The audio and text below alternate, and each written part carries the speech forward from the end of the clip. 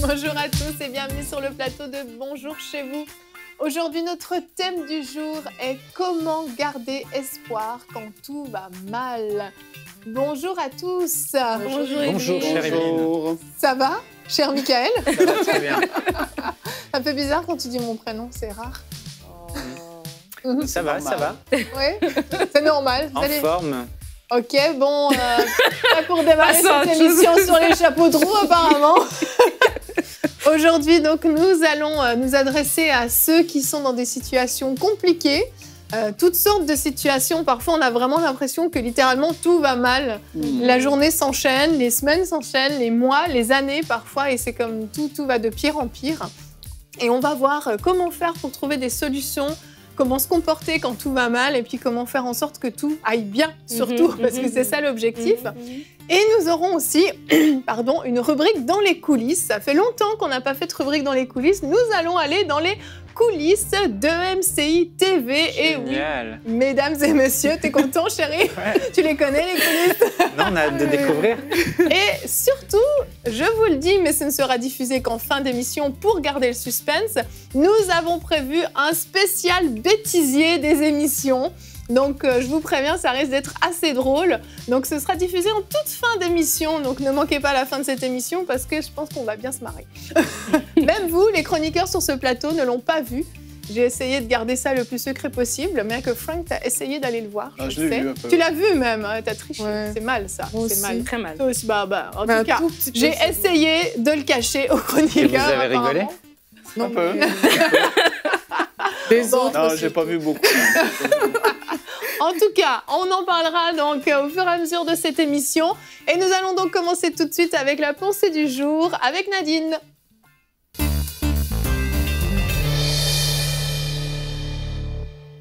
Ne perds pas espoir, Dieu est là. C'est ça le titre de ma pensée et c'est ça le message de mon cœur pour vous aujourd'hui. Ne perdez pas espoir, peu importe ce que vous vivez, peu importe aussi compliqué, aussi sans issue que la situation dans laquelle vous êtes semble être, ne perdez pas espoir parce que Dieu est là.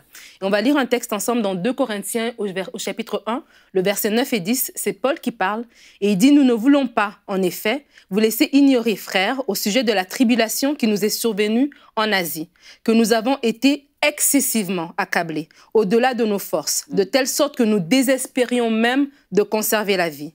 Et nous regardions comme certains notre arrêt de mort, afin de ne pas placer notre confiance en nous-mêmes, mais de la placer en Dieu, qui ressuscite les morts. C'est lui qui nous a délivrés et qui nous délivrera d'une telle mort, lui de qui nous espérons qu'il nous délivrera encore. » Et vraiment, l'apôtre Paul est en train de dire qu'il était excessivement accablé, qu'il n'en pouvait plus, qu'il pensait même qu'ils en allaient perdre la vie. Mais il a dit, il n'a pas placé sa confiance en lui-même, mais il l'a placé en Dieu. Et peut-être pour vous qui nous écoutez, vous êtes dans des situations où vous êtes désespérés. Il y a plusieurs cas de figure qui peuvent nous amener à être désespérés.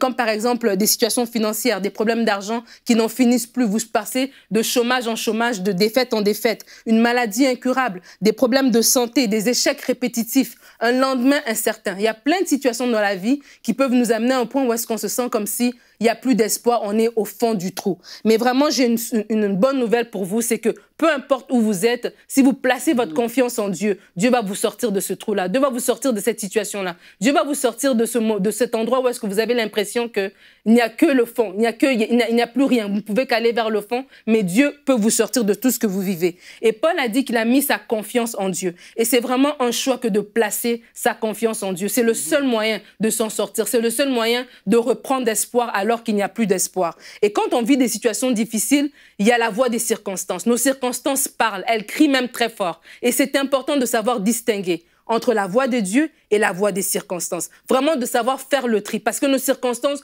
vont parler pour nous accabler, pour nous amener à même dire de notre propre bouche que c'est fini, pour nous amener à baisser les bras. Et la voix des circonstances parle très fort. On le voit dans la Bible que la voix des circonstances a parlé très fort pour le peuple d'Israël devant la mer Rouge. Elle a parlé très fort pour David devant Goliath. Elle a parlé très fort pour Daniel dans la fosse au lion, pour ses amis dans la fournaise ardente. Elle a parlé très fort, même pour David, qu'à un moment donné, que Saül court après lui, Saül veut en finir avec David et la voix des circonstances parle très fort. Mais la Bible dit que David s'est fortifié en Dieu. Et c'est ça que vous devez faire, c'est de vous fortifier en Dieu. La Bible dit que Dieu se lève et ses ennemis se dispersent. Si la voix de vos circonstances parle très fort, sachez que la voix de Dieu, elle est au-dessus de la voix des circonstances. La voix de Dieu fait enfanter les biches. La Bible le dit dans le psaume 29 au verset 9, que la voix de l'Éternel fait enfanter les biches. Dieu est ce Dieu qui est puissant. Dieu, c'est Dieu qui relève. Dieu, c'est Dieu qui, de sa toute puissance, écrase toute chose, écrase vos ennemis, vous donne la victoire. Et vraiment, je vous laisse avec ce verset et vous encourager, au lieu de baisser les bras, de lever les yeux. Le psaume 121 dit que je lève mes yeux vers les montagnes. D'où me viendra le secours? Le secours me vient de l'Éternel qui a fait le ciel et la terre. Il ne permettra point que ton pied chancelle. Celui qui te garde ne sommeillera point. Et ce Dieu dont on parle, il est votre Père. Il est votre papa, il s'occupe de vous et aujourd'hui, Dieu vous relève. Amen. Dieu vous relève. Alléluia. C'est puissant ta pensée. Merci Nadine. J'aime ton exemple de Moïse devant la mer Rouge. Tu en as cité plusieurs, mais ça m'a rappelé que dernièrement, je lisais la Bible de mes enfants. Il y avait l'histoire de la sortie d'Égypte. Et quand on arrive à cette histoire où Moïse est là avec tout le peuple d'Israël derrière lui, et ils sont bloqués devant cette mer, cette étendue d'eau gigantesque. Ils n'ont pas de bateau, ils n'ont rien. Il n'y a pas un bateau de croisière qui va surgir tout à coup pour les prendre. Et il y a les soldats qui arrivent derrière déterminés à les détruire. C'est fini pour eux. Alors qu'ils étaient dans la joie quelques secondes d'avant, tout à coup, là, c'est la détresse totale. Et certaines personnes se sentent comme ça parfois dans leur vie, comme devant cette mer Rouge, cette étendue d'eau qui paraît sans fin et sans aucune solution. Il n'y a pas de solution, c'est impossible. Je ne vais jamais m'en sortir. Mes dettes sont tellement gigantesques qu'elles me semblent aussi gigantesques que l'étendue de la mer Rouge en face de moi. Mais Dieu dit à Moïse, ne t'inquiète pas, lève seulement ton bâton. C'est tout ce qu'il a eu à faire. Il a levé son bâton. Il ne savait même pas pour quelle raison il levait son bâton, mais il l'a fait. Lève seulement ton bâton. Et là, la mer Rouge qui s'ouvre en deux, c'est incroyable. Ils ont traversé à sec dans la mer Rouge. On lit cette histoire parfois et ça paraît très... On est habitué, oui, la mer Rouge s'est ouverte en deux. Mais et vous imaginez le truc de fou quand même qui s'est passé? Dieu a fait souffler son vent, la mer Rouge qui s'ouvre. Et dans nos situations, par moments, Dieu peut faire exactement la même chose. Faire souffler un vent puissant qui renverse complètement les circonstances, où la situation qui paraissait complètement impossible, tout à coup, est balayée de notre vie et oh, c'est fini, c'est terminé, j'ai la victoire, c'est fini, ma vie reprend et enfin tout s'arrange et c'est ce que Dieu veut faire aujourd'hui dans vos vies, à vous qui nous écoutez. J'ai également un psaume que j'ai sélectionné comme verset du jour aujourd'hui, le psaume 130 au verset 7. Mets ton espoir en l'Éternel, car c'est auprès de l'Éternel que se trouve la bonté. C'est auprès de lui que se trouve une généreuse libération. J'aime ce mot, une généreuse libération. Amen. Mais vraiment, moi, j'avais médité le psaume 118 et ce psaume est vraiment rempli de promesses, en fait, de libération, que Dieu est le Dieu qui nous libère. Et ça, c'est vraiment important quand on vit des situations difficiles, quand on vit des moments où est-ce que, comme tu dis, on a vraiment perdu espoir. Des fois, des situations compliquées. Quelqu'un qui a un problème de finances, que sa maison va lui être reprise. Quelqu'un qui a un enfant qui vit dans la rébellion. Quelqu'un qui, le mari se lève le matin puis dit, ben, j'en veux plus de ce mariage. Je veux dire, il y a des situations qui sont compliquées que par tes propres forces, tu sais pas par où t'y prendre. Mais vraiment de repasser les promesses de Dieu, de prendre les psaumes, de prier avec et de vraiment s'attacher à Dieu. Paul a dit, je ne peux pas mettre ma confiance en moi-même, je la place en Dieu. Et même quand on voit David s'est fortifié en Dieu. Et à un moment donné, il y a Saül qui vient, qui en veut à David. Et Jonathan vient et il fortifie David. Et ça, c'est important aussi avec notre entourage. Quand on vit des situations difficiles, de s'entourer des personnes qui vont nous fortifier, qui vont nous rappeler que Dieu est avec nous, qui vont nous rappeler ce que Dieu a fait, que Dieu est capable de te sortir de cette situation-là. Si tu arrives à cet âge-là, Dieu t'a gardé déjà pour que tu arrives à cet âge-là. Si Dieu l'a fait avant, il le fera encore aujourd'hui. Amen. Quand tu parles, Nadine, dans ta pensée tout à l'heure, je pensais au verset qui dit que quand je marche dans la vallée de l'ombre de la mort, je ne crains aucun mal. Amen. Ta houlette et ton bâton me rassurent. Et je sais plus c'est dans le même psaume, mais David dit non, je ne mourrai pas, je vivrai et je vais raconter les œuvres de l'Éternel. Et parfois c'est ça, les personnes qui perdent espoir, elles semblent être vraiment dans cette vallée de l'ombre de la mort. Mais le verset dit que je ne crains aucun mal car tu es avec moi. Et en fait, ce qui fait la différence, c'est de savoir que Dieu est avec moi. C'est ça. Et dans les situations qu'on traverse parfois, on oublie ça, on oublie que Dieu est avec nous. La situation peut être terrible. Ça peut sembler, comme on dit, la vallée de l'ombre de la mort, mais Dieu est avec nous. Et maintenant, dans ces situations, comment avoir cette certitude dans le cœur que Dieu est avec nous? Comme Nadine dit, on se confie en Dieu, on va dans la présence de Dieu. Il ne faut jamais ressortir de la présence de Dieu sans avoir la paix. Quand on rencontre certaines situations, on ne peut pas juste se dire « Ok, ça va aller ». Il faut aller dans la présence de Dieu parce que c'est quand Dieu sera avec toi, tu vas te rendre compte que sa houlette, son bâton te rassure. Et là, tu vas te lever, tu vas dire « Je ne crains aucun mal ». Donc, il faut aller dans la présence de Dieu et ressortir de là avec la paix dans le cœur. C'est la paix que Dieu donne et c'est une paix que quand tu l'as, tu sais à coup sûr que Dieu est avec toi et là, tu peux affronter ces situations-là. C'est exactement ça. Garder espoir, en fait, c'est pas une histoire de connaissance biblique. C'est pas une histoire de connaître les versets ou de connaître tout ça, d'apprendre des clés, etc. C'est une histoire de vie à l'intérieur, une histoire de fleuve d'eau vive qui coule. C'est ce que Jésus a dit. Des fleuves d'eau vive couleront de votre sein, en parlant de sa présence qu'on ressent à l'intérieur. Donc, en fait, c'est pas ce qui se passe à l'extérieur qui est important. C'est pas la tempête qu'il y a, c'est qu'est-ce qui se passe à l'intérieur de moi quand ça va mal à l'extérieur. Est-ce que je suis en paix? Est-ce que je suis rempli de la vie de Dieu? Est-ce que je suis rempli de joie? Est-ce que je suis rempli de cette présence, en fait, qui me garde bien et qui fait que je garde espoir, en fait, et que je suis dans la foi? Et il y a rien de plus beau, en fait, que de voir un homme sur terre qui est désespéré, fixer les yeux vers le ciel et se confier en Dieu tous les jours. Comme Jésus dans le jardin de Gethsémani, Père. Comme David, comme on disait dans les cavernes, quand il fuyait ses ennemis. Dieu, mon Dieu. Et en fait, je voulais lire le psaume 84, verset 6. Heureux ceux qui placent en toi leur appui, comme on a dit. Et là, dans ce psaume, il dit en fait ce qui se passe quand chaque jour, chaque matin, on se confie en Dieu, on s'appuie sur Dieu, on passe du temps dans sa présence, comme Aurélie l'a dit. Premièrement, ils trouvent dans leur cœur des chemins tout tracés. Donc là, il n'y a pas de « oh, il faut que j'ai des nouvelles révélations ». En fait, juste passer du temps chaque jour dans la présence de Dieu, avec Dieu, fait que dans notre cœur, ce qui était confusion disparaît et conviction s'installe, en fait. On trouve des chemins tout tracés. On ne sait pas comment, mais on sait qu'on sait qu'on sait. On a une conviction. Mais ça, c'est la communion. On s'appuie sur Dieu. Deuxième chose, lorsqu'il traverse la vallée de Baca, donc la vallée des larmes, de la tristesse, etc., il la transforme en un lieu plein de sources, donc de vie, de paix. Ça, c'est juste passer du temps avec Dieu. Il se passe des choses à l'intérieur qui rétablissent l'ordre des choses. Et l'espoir est là, tout simplement, la foi est là. Et ensuite, troisième chose, et la pluie la couvre aussi de bénédictions. Provision, réussite, faveur, comme tu as dit, miracle. Et enfin, leur force augmente pendant la marche. Donc, on est renouvelé par cette onction qui est là. Et la seule chose que le verset dit, ceux qui placent en toi leur appui. Donc, il n'y a pas d'appui placé en Dieu sans communion quotidienne. Donc, restaurons la communion et tout le reste va couler. L'espoir sera là. Même si dehors, c'est... Amen. Et un des conseils, Nadine, que tu voulais donner aussi, c'était l'importance de compter les bienfaits de Dieu. Oui, de compter les bienfaits de Dieu. Comme j'ai dit des fois, quand on vit des situations difficiles, on semble, comme Aurélie l'a dit, on semble oublier même que Dieu est avec nous.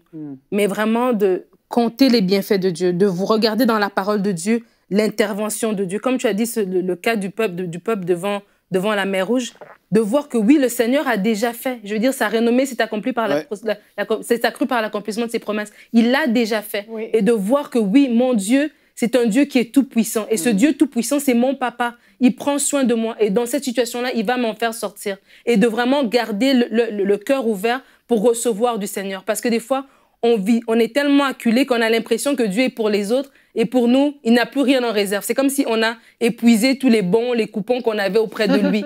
Et on a l'impression qu'il ne va même pas intervenir. Et c'est vrai, des fois, on est dans des situations difficiles, mais on ne s'attend même plus à l'intervention de Dieu. Et de vraiment de dire non, de renouveler son intelligence par rapport à ça, de renouveler son cœur, de dire Seigneur, je sais pas, mais j'ai confiance en toi. Amen. Et de le verbaliser, comme dis-le à haute voix dans tes situations. J'ai confiance en Dieu. Si tu dois marcher dans ta maison toute la journée et répéter j'ai confiance en Dieu, tu le répètes, que l'atmosphère de ta maison entende que tu as confiance en Dieu. Amen. Devant cette situation, je ne sais pas, mais j'ai confiance en toi, Seigneur. Et ça, tu dois le dire, tes oreilles doivent l'entendre. Moi, des fois, il y a des situations où je les dis parce que j'ai besoin que mes oreilles l'entendent, pas de l'intérieur, mais de l'extérieur.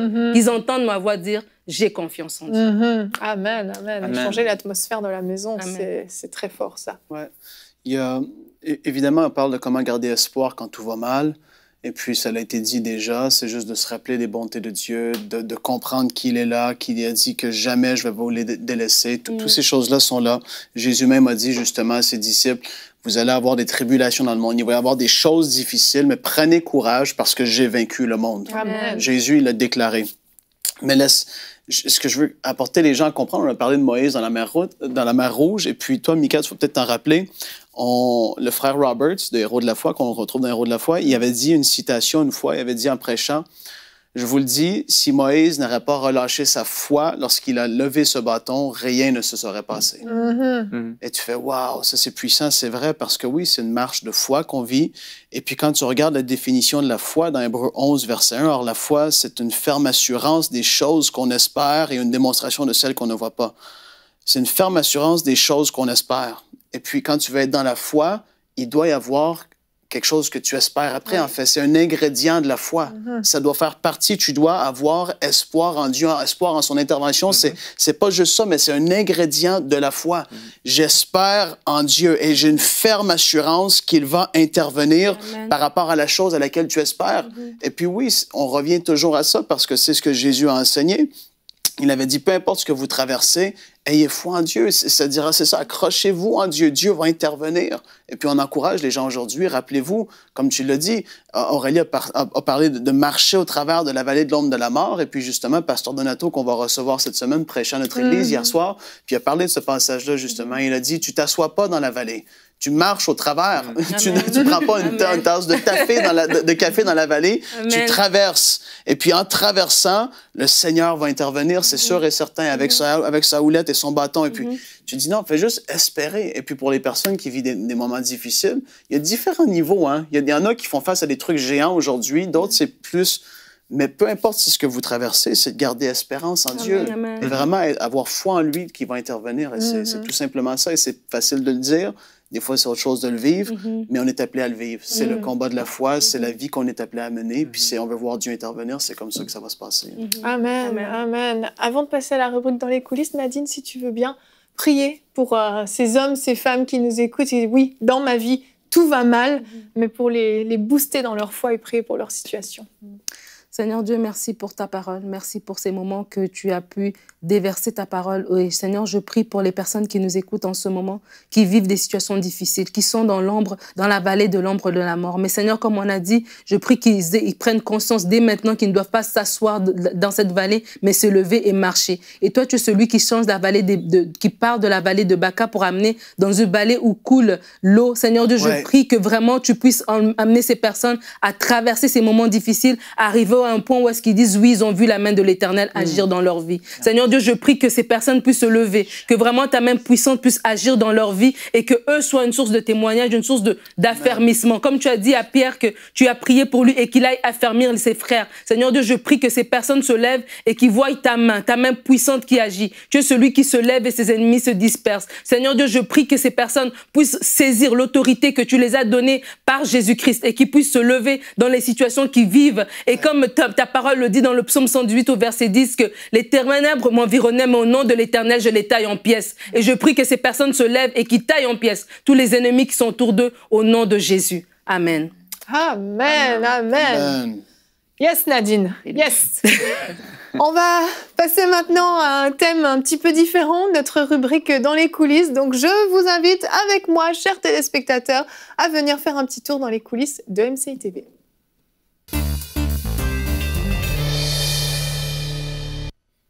Alors, les coulisses de MCI TV, qu'est-ce qui se passe dans les coulisses de MCI TV? Il se passe pas mal de choses. Il y a des gens qui sont venus déjà visiter nos locaux, des téléspectateurs parfois qui étaient de passage dans la région, qui voulaient vraiment venir nous visiter. Et en fait, les gens sont parfois surpris en disant « Ah, mais j'imaginais ça plus grand ». Et d'autres « Oh, waouh, c'est gigantesque ». Vous avez remarqué, on a vraiment un peu les deux cas de figure. Et on va vous montrer avec quelques photos, quelques vidéos qu'on a préparées, ce qui se passe dans les coulisses, surtout à quoi ressemblent les coulisses. On va voir les bureaux que vous avez connus tout au début à la rénovation. Vous allez voir le changement, ce qui s'est passé. Et vous allez voir aussi les défis qu'on peut rencontrer dans les locaux actuels qu'on a. Je vous le rappelle, on est en pleine période de campagne de dons. Si vous ne le savez pas, je vous en informe. Et nous avons besoin de 8000 personnes, 8000 partenaires qui décident de soutenir MCI à hauteur de 35 € ou plus par mois. Et simplement, aujourd'hui, on va vous montrer aussi les raisons pour lesquelles on a besoin de votre soutien. Donc, pour commencer, on va aller faire un petit tour dans les bureaux. Alors, quand on a acheté ce bâtiment, on avait publié plusieurs photos de nos bureaux, des locaux, etc. Et j'ai voulu faire un petit avant-après pour qu'on voit qu'est-ce que ces belles pièces, pleines d'espace, ont donné avec le temps, parce que on a quand même des gens qui sont venus faire grandir l'équipe. Donc on peut commencer avec la première image qu'on va regarder. Donc là, vous voyez un des bureaux. Donc sur la partie de gauche, c'était le bureau juste après les rénovations. Donc on avait une seule personne qui occupait ce bureau. Et aujourd'hui, vous le voyez sur la droite, on a 4 personnes différentes qui occupent ce bureau. Donc en fait, un bureau qui était réservé normalement, qui était un bureau individuel, est devenu un genre d'open space pour une bonne partie de l'équipe. Là, on a 4 membres de l'équipe qui travaillent dans ces bureaux-là. Donc, c'est pour montrer un petit peu le manque d'espace qu'on peut avoir. C'était le bureau de Jérémy sur la gauche au départ. Vous voulez commenter les photos Et moi, je peux dire que quand je suis arrivée ici la première fois, je trouvais que c'était beaucoup plus petit que ce à quoi je pensais. Ah oui, tu vois. Avec un regard juste extérieur. Donc, quand je visitais les studios, je me disais, waouh, c'est juste ça. On a fait preuve d'ingéniosité, d'astuce. Oui. C'est ça, pour gagner de l'espace et mettre tout le monde. Mais là, on commence à être très sérieusement à l'étroit. On peut passer la deuxième image. Donc là, a priori, il n'y a pas beaucoup de changements. C'est l'entrée du bâtiment. Mais en fait, si vous le voyez, sur l'image de gauche, au fond, c'était la continuité de l'entrée avec un beau canapé confortable. Et aujourd'hui, cette place-là est devenue la régie vidéo. Donc, à un moment donné, c'est devenu un bureau même. C'était le bureau de Gwen. Et finalement, Gwen s'est fait chasser de son bureau parce qu'on avait besoin d'espace pour une régie vidéo. Et encore, c'est une petite régie vidéo.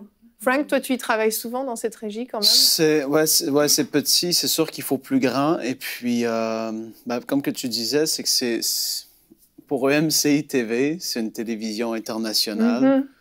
Moi, je le dis juste d'un point de vue, je suis à l'interne. J'ai visité d'autres studios de télévision aux États-Unis, à différentes places, et j'ai vu qu'est-ce qui se fait. Et puis, quand on le dit que c'est un miracle qu'on vit ce qu'on vit ici à EMCI, les gens qui viennent de d'autres stations de télévision, ils se disent, mais sérieusement... Comment ils font? Sérieusement, nous, ils vont dire peut-être, nous, on est minimum 65, 100, 200 employés, mais vous êtes un peu plus, vous êtes je ne sais pas combien précisément, 18 ou une vingtaine. Il dit, mais vous produisez plus que nous, avec moins d'espace. Et les gens ne comprennent pas.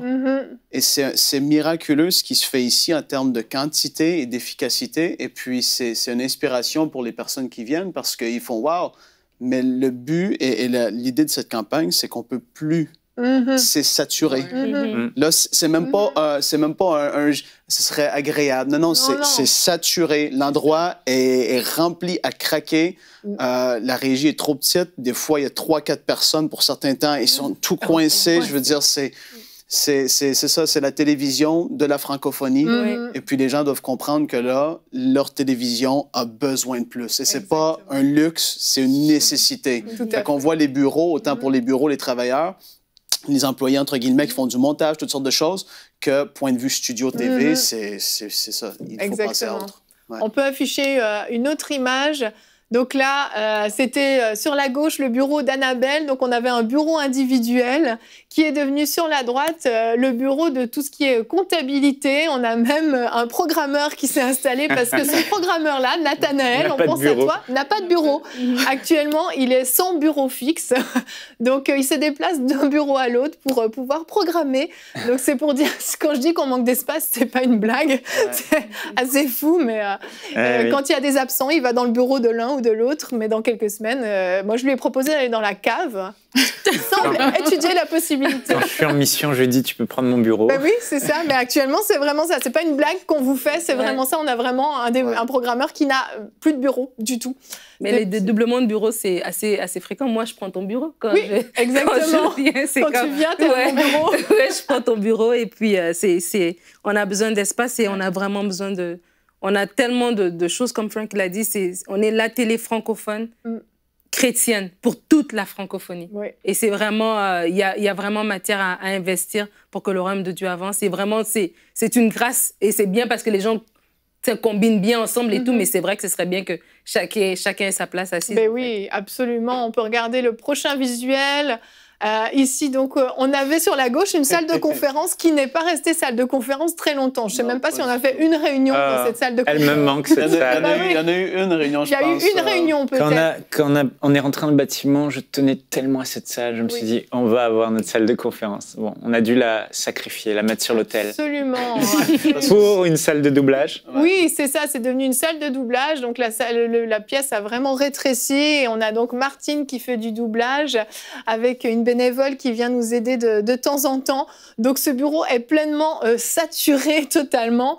Ouais. Et en plus, ce qu'il faut dire quand même, c'est que c'est une salle de doublage qui doit être donc particulièrement silencieuse, mais qui se trouve au-dessus de la loge dans laquelle on fait pas mal de bruit, il faut dire ce qui est. Donc, quand il y a du doublage, il y a beaucoup de bruit. On peut voir le prochain visuel. Alors là, c'est flagrant. Alors, on a cru pendant un moment qu'on aurait un espace de repos.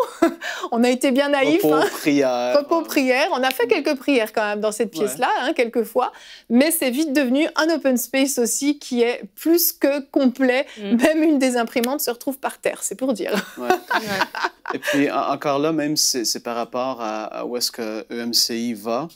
Il y a, on voit les bureaux sont pleins actuellement, mais sont pleins avec un sous-effectif. Mais oui, c'est ça qui est c'est ça que les gens doivent comprendre aussi, c'est qu'il nous faudrait, je veux dire, je ne sais même pas combien le chiffre exact, mais combien de personnes en plus. Pour fonctionner juste le minimum de ce qu'une télé devrait fonctionner comme la nôtre, c'est déjà doubler l'effectif. Passer de 20 à 40. Et ça, c'est juste pour avoir un rythme normal. Parce que les gens, c'est ça, il y en a qui viennent et ils sont surpris parce qu'ils voient quelqu'un qui voit des fois la télé, qui court le jour, qui fait des trucs. Mais si tu fais ça, en plus, tu fais des émissions et tu te prépares et tu fais tel truc. Et les gens font « Waouh! » Ils pensent pas ça. Mais là, c'est que ça peut plus continuer comme ça. Et c'est pour ça, quand les gens saisissent et voient la saturation de l'espace en sous-effectif, c'est pour ça que c'est vraiment la nécessité. Absolument. Et puis, c'est le temps. C'est pour ça les 8000 partenaires, c'est pour la stabilité. Puis absolument. Avancer. Tout à fait. Ouais. Le bureau de Michael, maintenant, qu'on Il peut est voir. beau, ce jeune homme. un peu dégarni sur la tête. Mais... Ce bureau-là, c'est devenu finalement la salle de réunion, chérie. Ton bureau est une salle de réunion, donc il vaut mieux que tu participes aux réunions, parce que sinon, il n'y a pas d'autre endroit. Mais c'est pour dire que la salle de réunion devient parfois le studio de Bonjour chez vous. Quand il n'y a pas de tournage, on vient faire des réunions ici. C'est le seul espace qu'on a. On peut passer à la photo suivante. Il n'y en a plus. C'est terminé. On a fait le tour, apparemment. On a tout vu. On a tout vu. Donc, on a sélectionné... C'est ce qu'on voulait montrer. Oui, il y a le bureau de Jonathan qu'on aurait pu montrer, mais on n'avait pas de photo avant, donc je ne l'ai pas mis. Mais Anne et Jonathan se partagent un bureau. Je pense que pour passer entre les bureaux, il faut faire un régime extrême. Enfin, on est complètement à l'étroit. La cuisine, la cafétéria, tout. Les studios, on n'a pas montré les studios. Les studios, on va les montrer. Là, c'était la partie bureau. C'était la partie bureau. On va passer au studio. Alors, vous vous en souvenez certainement, on vous l'a déjà montré lors d'autres campagnes, on a un grand studio qu'on a bâti qui est une annexe. Et en fait, et on a le studio de Bonjour chez vous sur lequel on est actuellement. Vous pouvez voir l'image à l'écran. vous ne vous en rendez peut-être pas compte, mais en fait, on est super à l'étroit sur ce plateau et on est vraiment limité avec les prises de vue et au point où la rubrique C'est mon histoire qui devrait être imbriquée dans l'émission doit être tournée séparément parce qu'en point de vue caméra, c'est impossible en fait, les prises de vue. Donc toutes les caméras doivent être changées pour tourner C'est mon histoire. Ouais. Et puis on est vraiment à l'étroit et on va regarder maintenant justement le grand studio qui est, on appelle ça le grand studio, mais qui n'est pas grand du tout d'ailleurs, où sont tournées toutes les autres émissions de MCI TV, quand même, dans un seul studio. Et on a dû trouver des astuces pour avoir des décors modulables, en fait. Et donc, chaque semaine, on passe à peu près, c'est quoi, 2 heures, Frank, de déplacement de décor? Par jour? Par jour. Oui, non, mais je dis, pour un déplacement de décor, c'est 2 heures à peu près. Oui, tout dépend de l'émission. Donc, chaque jour, à peu près 2 heures, donc une dizaine d'heures à 2. Pour tout régler, les lumières doivent être réglées manuellement, les caméras déplacées, le décor. C'est terrible. Les fauteuils, tout. On va vous montrer, vous allez regarder la vidéo, on a fait un accéléré d'un changement de décor depuis Prière inspirée pour arriver à Vite foi. Je vous laisse regarder.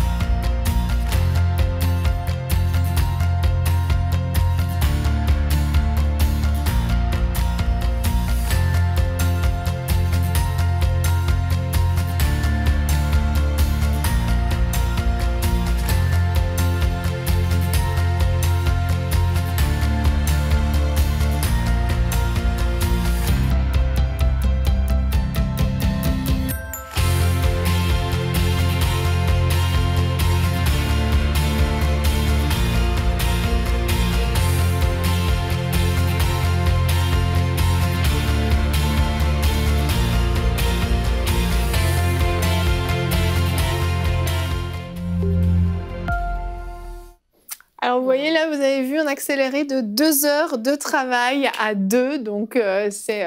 Ouais, c'est 2 ou 3 personnes, tout dépendamment des journées. Mais c'est quelque chose qui, par semaine, premièrement, c'est une tâche qui fait perdre du temps à beaucoup de monde. Ben oui. Ça fait que ça réduit l'efficacité des tournages. Ça fait que parfois, pour X raison, il y a des retards. Ça fait que tout.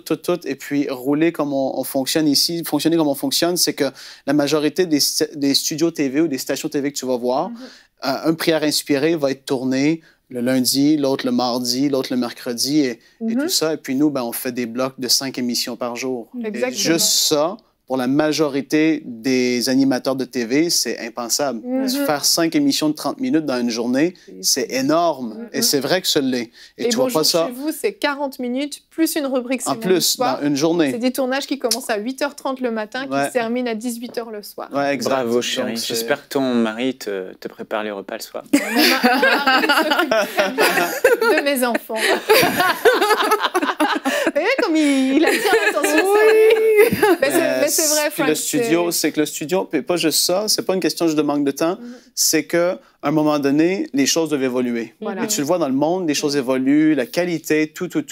Et là, le studio est ultra saturé en termes d'espace. On peut même plus créer de nouveaux décors. On peut plus avoir de nouvelles émissions. Et ça, c'est un gros moins pour nous parce qu'il y a des personnes qui pourraient porter des émissions qu'on n'a pas l'espace pour, qui béniraient tellement d'autres personnes. Et puis, fait que c'est ça, c'est qu'il n'y a plus d'options. Non. Là, c'est ça. On doit vraiment passer. Le nouveau bâtiment. On va afficher la photo. On vous l'avait déjà montré dans une autre émission. Je voulais vous le remontrer. Ouais.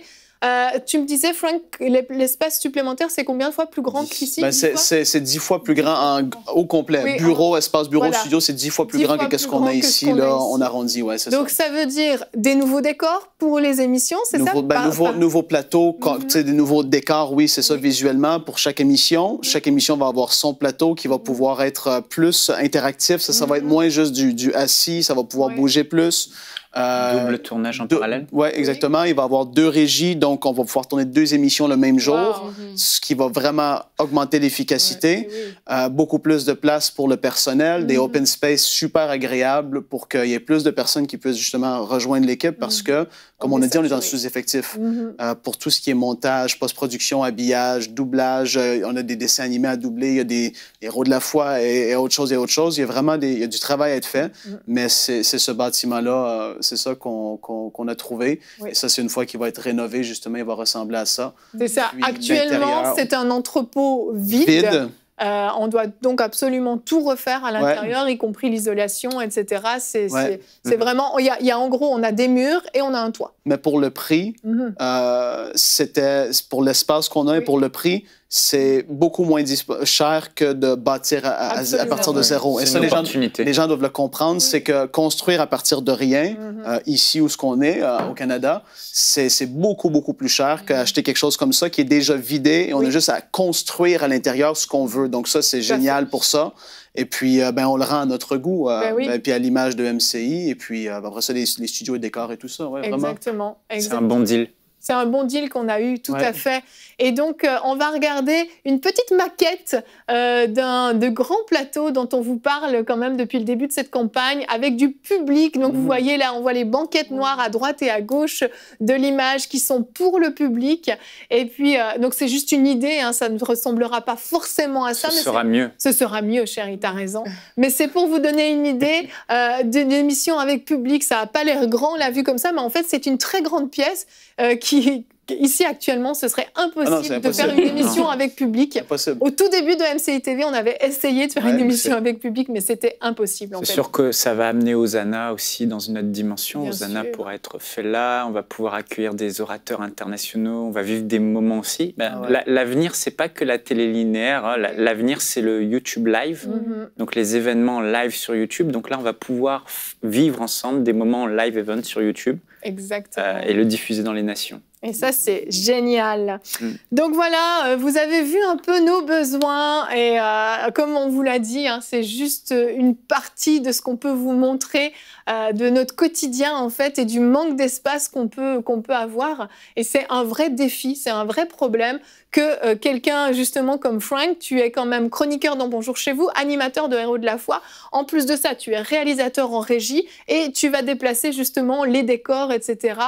Plus tout un tas d'autres tâches qu'on peut te confier. Donc, en fait, c'est juste un exemple parmi tant d'autres de ces multiples casquettes qu'on peut avoir qui commencent à réellement épuiser quand même les employés, les équipiers. Ça devient vraiment fatigant à devoir avoir 3 ou 4 têtes entre nos épaules, à penser à tout un tas de choses et des choses qui sont des fois très différentes les unes des autres. Il y a un vrai besoin de renfort dans l'équipe, de plus de place et on veut aller plus loin. On veut offrir des choses de qualité, on ne veut pas se limiter. Et certains peuvent se dire, mais ce que vous faites, c'est déjà génial, c'est suffisant. Mais en fait, ce qu'on fait actuellement nous épuise, en fait. Vraiment épuise tout le monde et on ne peut pas continuer comme ça. C'est ça, il n'y a pas de perspective de développement. Non. On peut pas. Mais même juste continuer comme ça, au bout d'un moment, on ne peut pas. Non, on peut pas. C'est ça. Juste ça, on a tiré sur la corde. On a besoin de passer dans une nouvelle saison aussi pour des vies personnelles, avoir du personnel dédié. Comme les apôtres, ils disaient, il n'est pas bon que nous servions aux tables. On doit se concentrer sur la parole et la prière. On parlait de le cas de Frank, c'est pareil. Donc cette campagne va nous permettre, moi aussi, de être concentré sur le ministère et chacun dans son couloir. Et le staff, ministère. Donc c'est ça. Et j'aimerais dire quand même, beaucoup de personnes sont étonnées parce qu'ils ont l'impression qu'on est je leur dis, mais on n'est pas une chaîne commerciale. Nos seules sources de revenus, ce sont les généreux dons des internautes, des téléspectateurs qui nous regardent, en fait. Uniquement, à plus de 95%. Et on n'a pas forcément d'autres sources de revenus. Et les organismes, les organisations, les églises, aujourd'hui encore, ne soutiennent pas EMCI. Peut-être quelques rares cas, mais ça représente une goutte d'eau dans nos finances. Tout à fait. Donc en fait, voilà, et les gens disent « Ah, on ne savait pas !» Mais maintenant, vous savez vraiment, et on veut vous encourager à vraiment participer. Parce que le succès de cette campagne ne dépend pas d'une église, ne dépend pas des églises, ne dépend pas des organisations, mais dépend de vous et de votre générosité. Et je crois que le peuple de Dieu est vraiment généreux et le peuple de Dieu est responsable. Amen. Et je voulais ajouter une chose aussi, tu parles qu'on n'est pas une chaîne commerciale, et c'est vrai. Et le privilège qu'on a aussi, c'est de permettre à des gens de pouvoir être bénis en soutenant l'œuvre. Et ça peut paraître un argument un petit peu, oui, c'est facile, mais c'est une réalité spirituelle, vraiment. Quand vous semez dans EMCI, vous êtes bénéficiaire, en fait. Vous recevez une bénédiction en échange. Vous permettez à Dieu de pouvoir intervenir dans votre situation financière, dans ce que vous vivez. C'est pas un argument pour vous arracher un soutien. C'est vraiment une réalité spirituelle dans laquelle on croit. Et pour nous, vivre par les dons, c'est vous permettre aussi d'être béni en devenant donateur. Et c'est vraiment une réalité à laquelle on croit.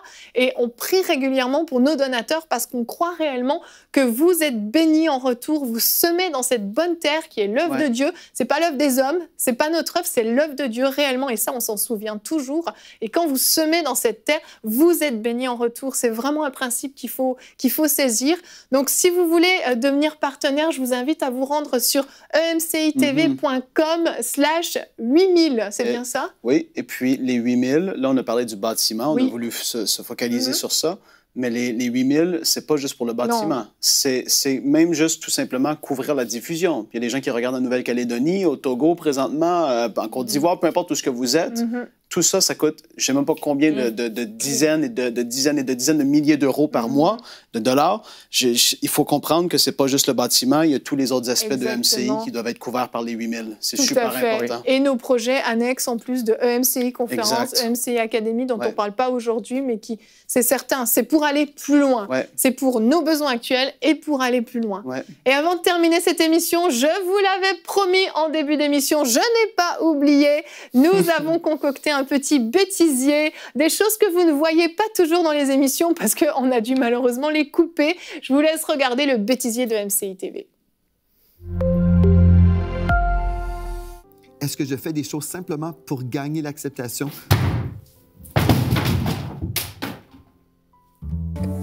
Elle me fait rire. Partenaire idéal. Nous avons tous été blessés dans la vie,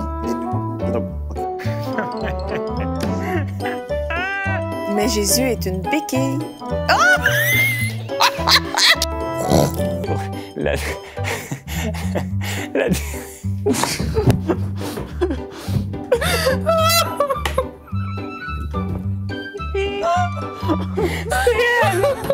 Découvrez comment vous pouvez vivre libre des offres.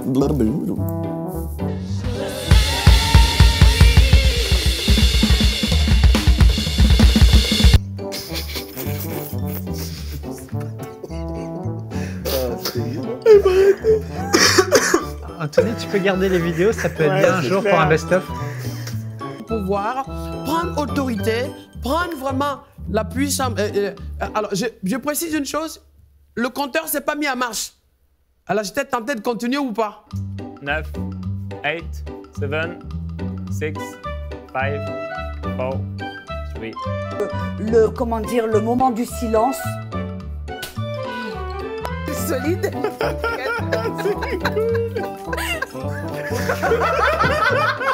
Il est le même hier.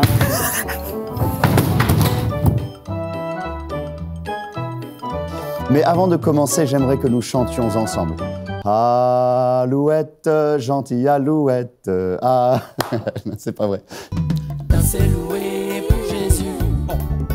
Dansez loué pour mon Dieu. Lis ta Bible, prie chaque jour, prie chaque jour, prie chaque jour. Émission avec la rubrique C'est mon histoire. Aujourd'hui, qu'est-ce qu'il y a? Rien. Ok. Mais non!